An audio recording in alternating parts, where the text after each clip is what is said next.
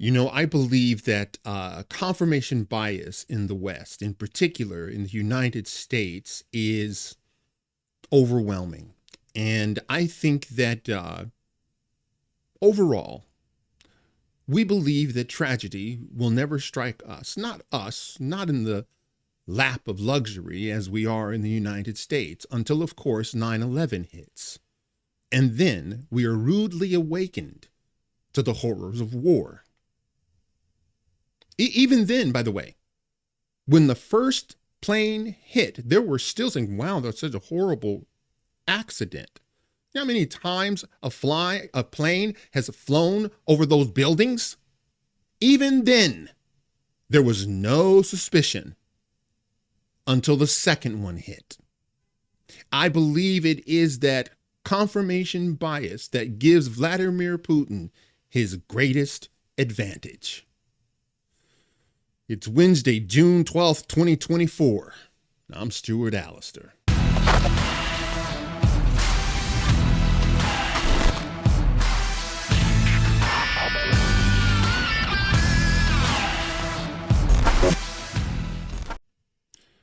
According to Reuters, Russian warships enter Havana harbor under Washington's watchful eye. Well, doesn't that give you a sense of peace?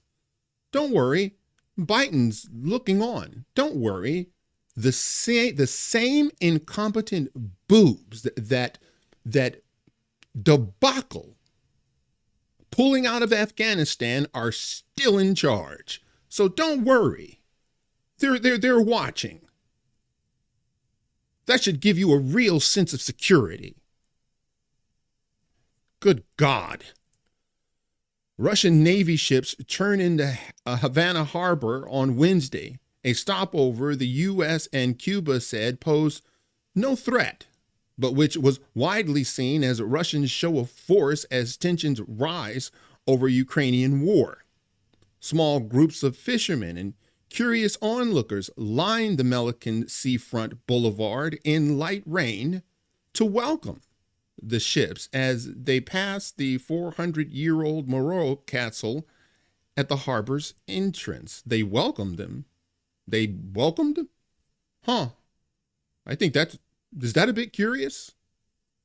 That's a little curious to me. The first to arrive was a fuel ship, Pishkin, and a tug, the Nikolai Kicker, while the Russian Navy frigate and a nuclear-powered submarine waited offshore and were expected to enter the harbor by mid-morning. The frigate and submarine, part of a group of 4 Russian vessels that arrived off Cuba on Wednesday, had conducted missile drills in the Atlantic Ocean en route to the island, Russia's defense minister said the previous day. Cuba said last week that the visit was standard practice by naval vessels from countries friendly to Havana.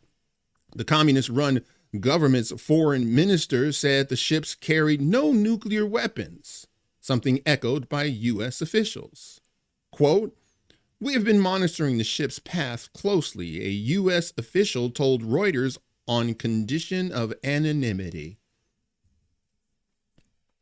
Oh, no, they don't pose a threat. Don't put my name in it. No. This is standard practice. Please don't put my name in it. If this is standard practice, why in the world would this person say, you can't put my name in it? Americans are so gullible and so propagandized, they can't see it when it's staring them in the face. You got Rachel Maddow out there telling people that she's scared she'll be put into a camp. No such thing is gonna happen, but that doesn't matter because she knows her viewers will buy it. We have been monitoring the ship's path closely, a U.S. official told Reuters on condition of anonymity late on Tuesday. At no point have the ships or submarine posed a direct threat to the United States. You see, the government is not going to lie to you. Your government would never lie to you. They just want you to inject you with, this experimental drug. Just let us put this drug into your veins. They don't lie. I'm not lying to you. Now roll up your sleeve. Havana is just 100 miles from Key West, Florida, home of U.S. Navy Air Station. Havana is just 100 miles from Key West, Florida, home of a U.S. Naval Air Station. The timing of the visit, as the Biden administration ponders how far to go in helping defend Ukraine against Russia, suggests more than standard practice. What do you think? Nothing to see here? Nothing to see here. Move along, move along. Quote, the visiting Russian warships are Putin's way of reminding Biden that Moscow can challenge Washington in its own sphere of influence. This is coming from a professor. The stopover also coincides with Cuba's worst social and economic crisis in decades, with shortages of everything from food, medicine, and fuel, and growing discontent on the streets. Quote, this has echoes of the Cold War, but unlike the first Cold War, the Cubans are drawn to Moscow not by ideological affinity, but by economic necessity. It's interesting. Do you know why God instituted a fast with the Jews? God did that because he wanted them to be familiar with hunger pains. He did that so they could, number one, put their flesh in control, but he wanted his people to understand that when you come across someone that is starving to death, he wanted his people to feel that pain. And then come to the realization that unlike this fast, which will end, there is no such end date for the people who are starving to death. Do you know why God would do something like that? Because God knew in his infinite wisdom that hunger drives people to do desperate things. Things that they otherwise would not even contemplate. When you are hungry, well, look who I'm talking to. You know what it feels like. When you're late for lunch, you know how it feels. When you didn't get dinner, you know how it feels when you're on low fumes because you didn't have breakfast. Well, when that goes for days and days and weeks and God forbid months, well, that gets old real fast. And people get desperate, real desperate. And right now you have Cubans who are absolutely desperate, at least according to Reuters.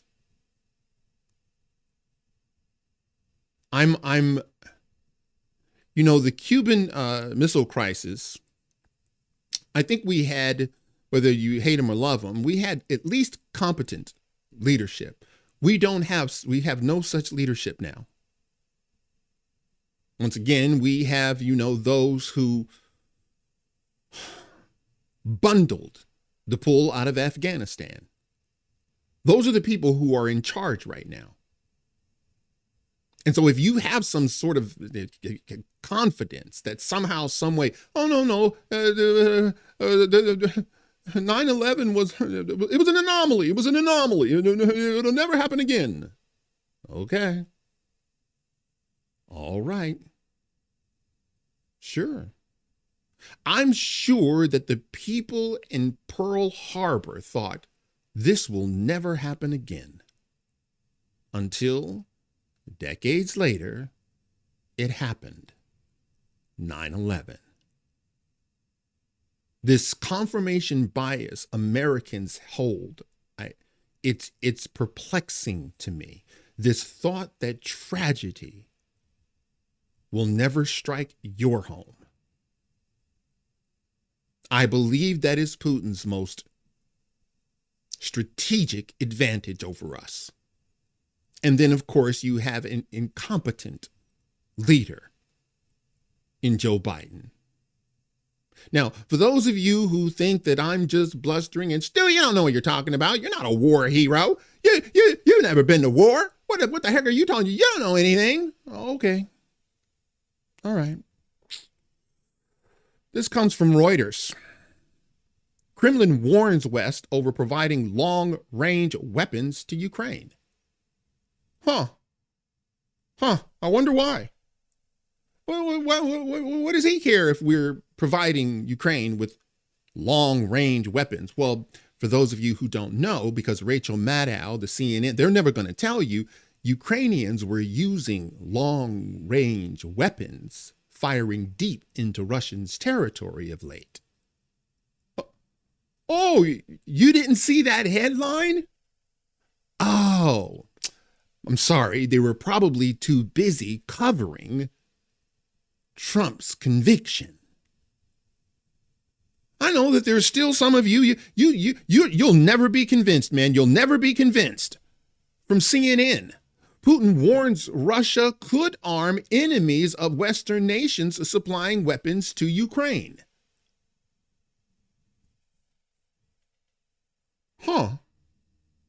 Putin warns Russia could arm enemies. Enemies, as if we don't have any enemies of Western nations supplying weapons to Ukraine. You know, we could stop this if we wanted to. Man, I believe that Vladimir Putin has exercised extreme patience because no one wants war. But we're already in the middle of one. Now, for those of you who still don't believe me, that this is confirmation bias, you still don't believe me. Department of Operational Support. So what? It's a newsletter. Big deal. Yeah, but it's from the United Nations. What do they have to say? Ukraine war. 100 billion in infrastructure damage and counting. That's a lot of money. Oh, now I got your attention? Do I got your attention now? Oh, that's a lot of money. But we just have to give them more weapons then so they can. I'm sorry. I didn't read the subtitle because it's really small and you probably can't read it. War in Ukraine risks seeing 90% of the country free falling into poverty and extreme vulnerability, nearly 3 weeks since Russia invaded its neighbor. Wait a minute. What does that say? War in Ukraine risks seeing 90% of the country free fall into poverty and extreme vulnerability nearly 3 weeks. 3 weeks since Russia invaded its neighbor. This report came out in 2022. Yeah, this is way back when Russia first invaded. $100 billion in damage. What do you think that number is now? You still think that there's a chance that Ukraine is going to? No. It's because you can't see this for what it is, because the media won't tell you, but I will. What you have is Ukrainian government and the United States government arguing like two drunken prostitutes over one John, the military-industrial complex, and who gets the money after we give them a BJ. Two drunken prostitutes, and I mean that quite literally. They'll do anything to get that next fix You got to get that John. You got to get that next John because he's going to be the one.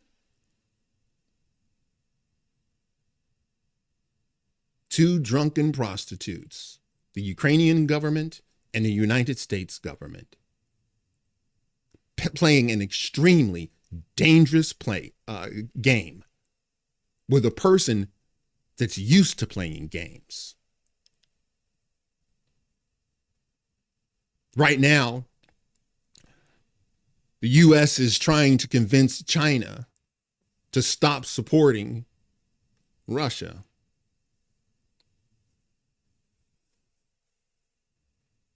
Now, how do you think that's going to go? I hope China doesn't say, oh, okay. Because if China does say, sorry, okay, we'll stop, our administration will buy it.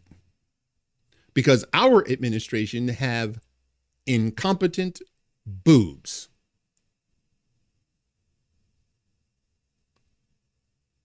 Yeah. Russian Navy ships, warships, are sitting right off our... Here, hang on a second. Because I guess people just don't like it. So the Cuban Missile Crisis erupted in 1962 when the Soviet Union responded to U.S. missile deployment in Turkey by sending ballistic missiles to Cuba, sparking a standoff that brought the world to the brink of nuclear war.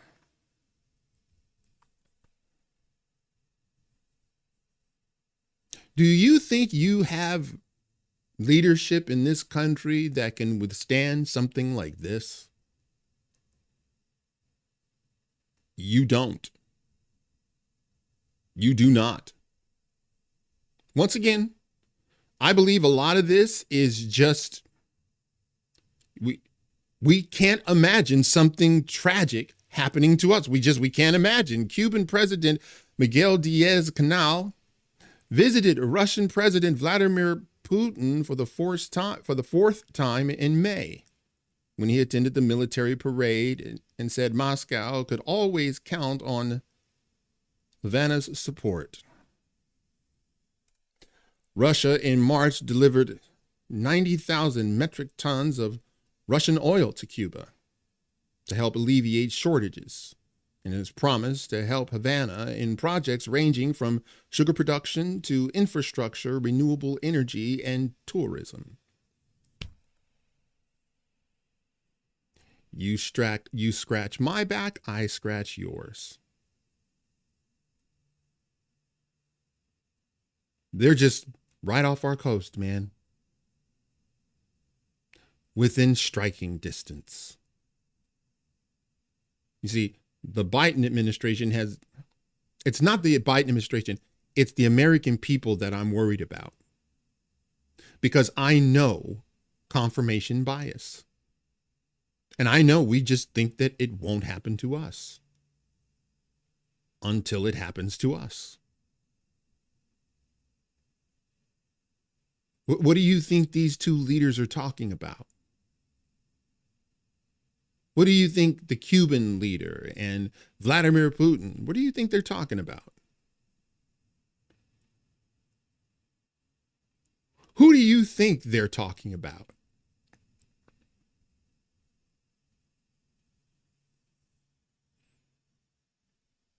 Hey, I'm not a world historian.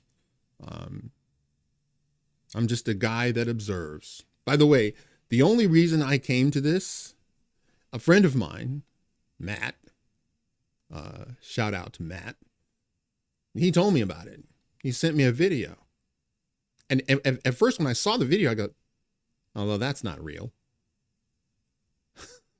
There are no Russian ships headed to Cuba until I saw Russian ships heading to Cuba. As Russia tells us, stop supplying long-range missiles to Ukraine. Stop it.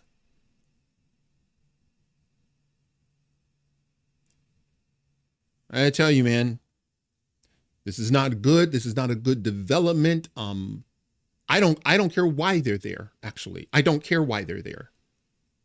You see, here's what I guess a lot of people don't get. Vladimir Putin believes that he is in a war against us. He knows without us, Ukraine wouldn't have a leg to stand on. He's already proven that. His first 3 weeks was 100 billion. What did I say? Hold on a second. Is that I'm sorry. I forget what the number was. Oh, 100 billion in infrastructure damage. So he knows the war would be over. And now, just to spit in his face, Biden is providing long-range missiles to Ukraine. And under his management, they're firing them deep into Russia's territory. Now, you may not think, well, that was something Ukraine did. That doesn't matter. Vladimir Putin believes we did it. No, Stu, you're not listening to me. That was Ukraine. They're the ones who did it. I understand that. But see, Vladimir is the madman. He's the one in charge. And if he believes the only reason the Ukrainians are doing it is because we allowed them to do it, he thinks he's at war with us. Thus, Russian warships in Cuba's harbor. How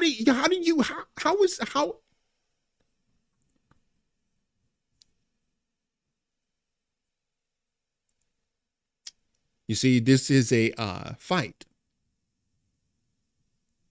2 drunken prostitutes, the Ukrainian government and the U.S. government, fighting to please one John, the military-industrial complex, and our homogeny, our empire around the world. We got military bases all over the world. That's called an empire. And people like China and Iran. And by the way, there's a recent report, just came out yesterday.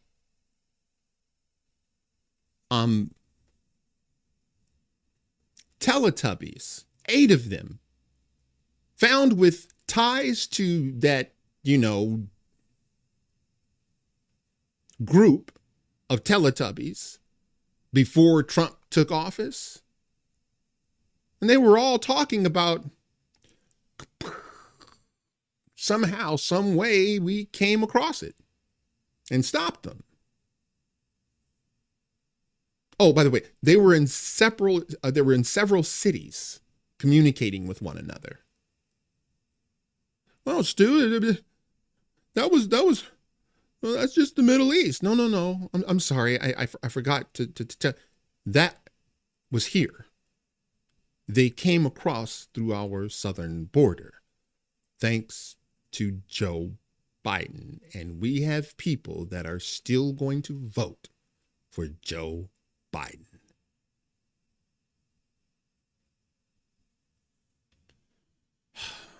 All right, that's it for now. If you like this video, smash that like button and subscribe. And if you're following me on the green platform, please press that follow button. And until the next time, God bless.